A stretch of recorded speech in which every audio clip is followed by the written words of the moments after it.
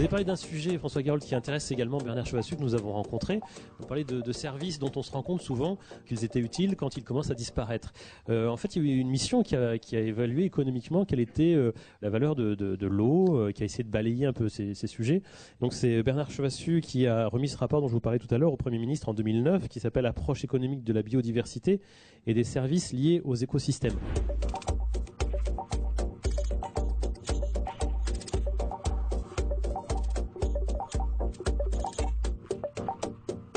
La demande de ce rapport, c'était effectivement de dire que peut dire aujourd'hui la science économique sur la valeur de la biodiversité. Donc la question était fermée dès lors qu'on parlait de science économique, c'était une valeur économique.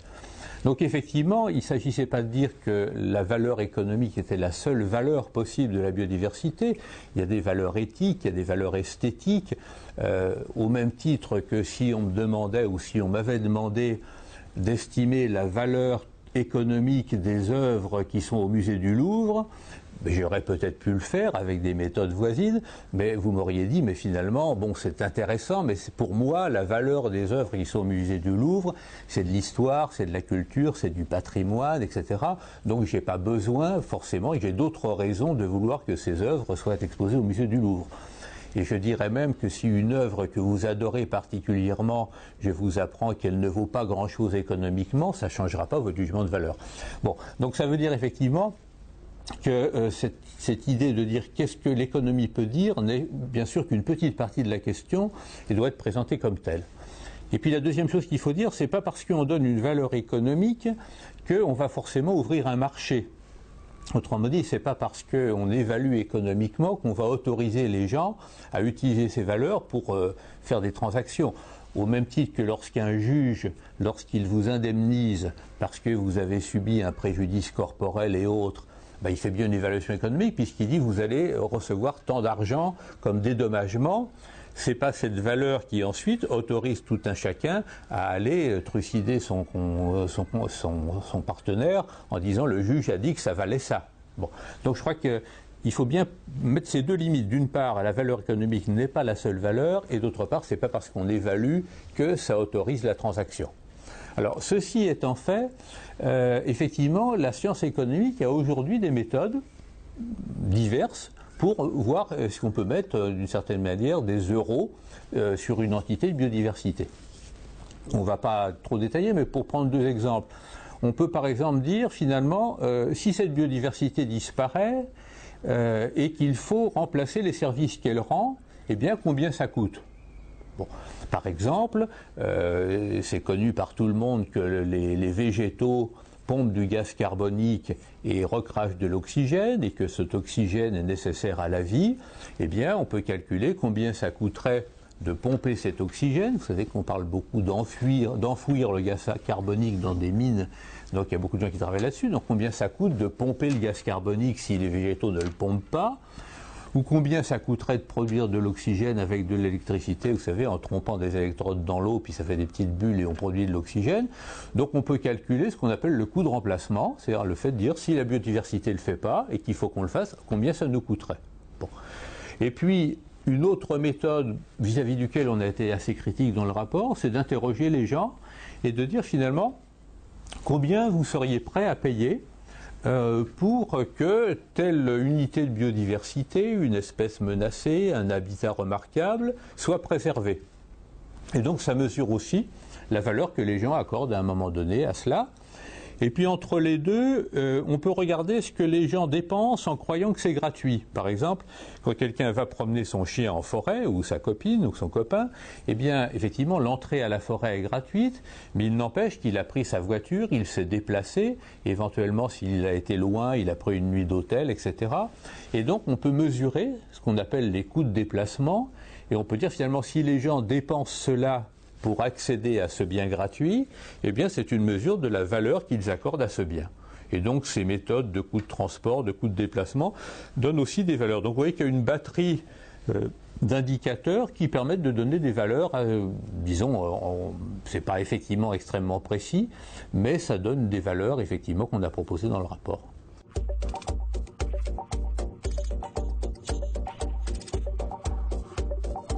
Alain Roussel, je voudrais savoir si cette prise en compte des coûts dans les évaluations des politiques publiques est entrée dans les mœurs. Est-ce que les élus maintenant prennent en compte cette biodiversité? Est-ce qu'elle est chiffrée? Est-ce que ça commence à entrer dans les évaluations de choix politiques? Alors, clairement, au niveau où je suis, quelques-uns peut-être partagent, non. On a un petit débat, je vais vous donner un exemple. On est dans un début de débat, dans mon secteur, sur la rectification d'une route qui mène au chef-lieu du département. Il y a plusieurs options, forcément. Il y a des options chères et des options moins chères, financièrement, la finance pure.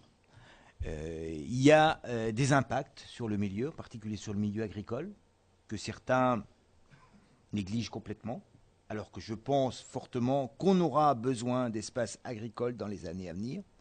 Et il y a aussi un impact sur la biodiversité.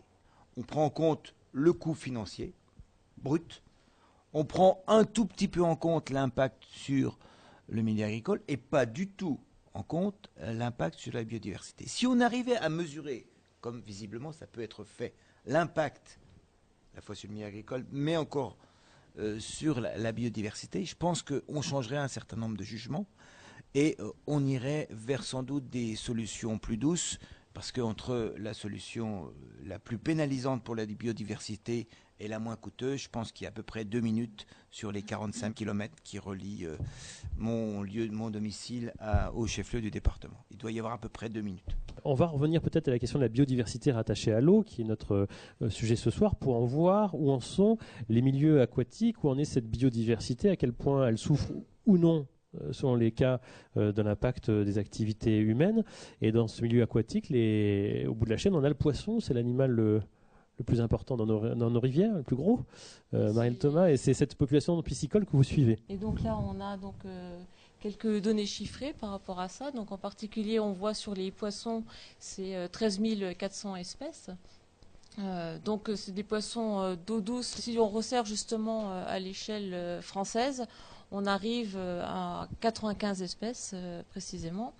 Là, le bilan et puis les discussions qu'on peut avoir ce soir, ça tombe finalement au moment où il y a eu établi un bilan des populations piscicoles en France, 95 espèces, avec 69 espèces qui sont indigènes de nos eaux, et il y a toute la problématique des espèces introduites, 26 espèces introduites durant ce qu'ils appellent la période récente, c'est-à-dire à partir du XVe siècle. Quasiment 30% des poissons ne sont pas des poissons de chez nous, quoi. Voilà.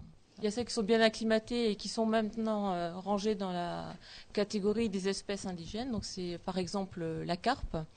Et il y a d'autres espèces qui sont plus problématiques, jusqu'à avoir le statut d'espèce nuisible, tel le poisson-chat par exemple, ou la perche soleil que certains, je pense, connaissent dans la salle. Donc il faut de la biodiversité, mais jusqu'à un certain point. Peut-être pas trop de biodiversité, il ne faut pas qu'elle s'installe de manière incontrôlée. Où en est cette population piscicole, Marielle Thomas? Est-ce qu'on constate, et on posera la question à Marc Gérin, qui en a une vision assez précise avec la Fédération de pêche des Vosges, où en est cette population? Est-ce qu'elle souffre particulièrement, ou est-ce que cette biodiversité est relativement constante en France? Alors par rapport au bilan qui a été fait la fin de 2009, il a été établi qu'il y avait 4 espèces qui étaient en grand danger. Donc c'est l'esturgeon commun qui n'est plus du tout commun pour le coup. Il y a l'apron du Rhône aussi. Il y a une quinzaine d'espèces en réalité sur les 69 espèces qui ont été instruites, 69 espèces indigènes. Sur ces 69, une quinzaine sont classées comme menacées. Alors Marc Gérin, c'est vrai que quand il s'agit de vouloir préserver ces poissons, il faut les connaître. Vous constatez, vous aussi, des difficultés concernant la biodiversité des poissons dans les Vosges, plus précisément avec la Fédération de pêche des Vosges? Une espèce comme le saumon a disparu dans les Vosges à la fin du 19e. En raison des barrages. Puisque la migration des poissons vers l'amont et vers l'aval est indispensable en fait. Où les milieux fonctionnent pas trop mal, où la pollution a régressé, donc on revoit des salmonidés quand même. Il y a des lieux où la pollution vous semble avoir régressé? Il faut quand même signaler que la pollution régresse. D'une part, par tous les efforts que font les élus dans la mise en place de stations d'épuration, il ne faut pas le nier, on a des milieux aquatiques beaucoup plus propres, plus épurés. Donc les règles sont beaucoup plus drastiques sur les stations d'épuration. Alors ça coûte, mais tous les investissements qui ont été faits n'ont pas été faits à fond perdu, je pense. Nous, on le constate, moi je le constate, nous le constatons pêcheurs dans les rivières, les milieux vont mieux. Après, il y a peut-être une autre pollution latente qui arrive là, avec toutes ces algues qu'on voit apparaître sur le bassin de Moselle, Moselotte. Alors vous avez réintroduit des saumons dans les Vosges, Marc Gien. Vous avez 5000 saumons réintroduits. Vous avez fait un bilan en octobre dernier. Et finalement, ça s'est pas trop mal passé à première vue. Enfin... Donc c'est dans toute la schématique sardose où le Rhin a été pris en considération à partir de la grande pollution sardose, où une association saumon s'est créée donc, sur le Rhin. Et on essaye de faire de progresser sur le bassin de la Moselle. Puisque le bassin de la Moselle, historiquement, était peuplé de saumon. Et bon, il y a des archives qui existent où on donne des quantitatifs de saumon qui étaient lors de une centaine de kilos, je crois, sur Épinal, 300 kilos sur Saint-Dié, les arrondissements. Bon, il y avait du saumon.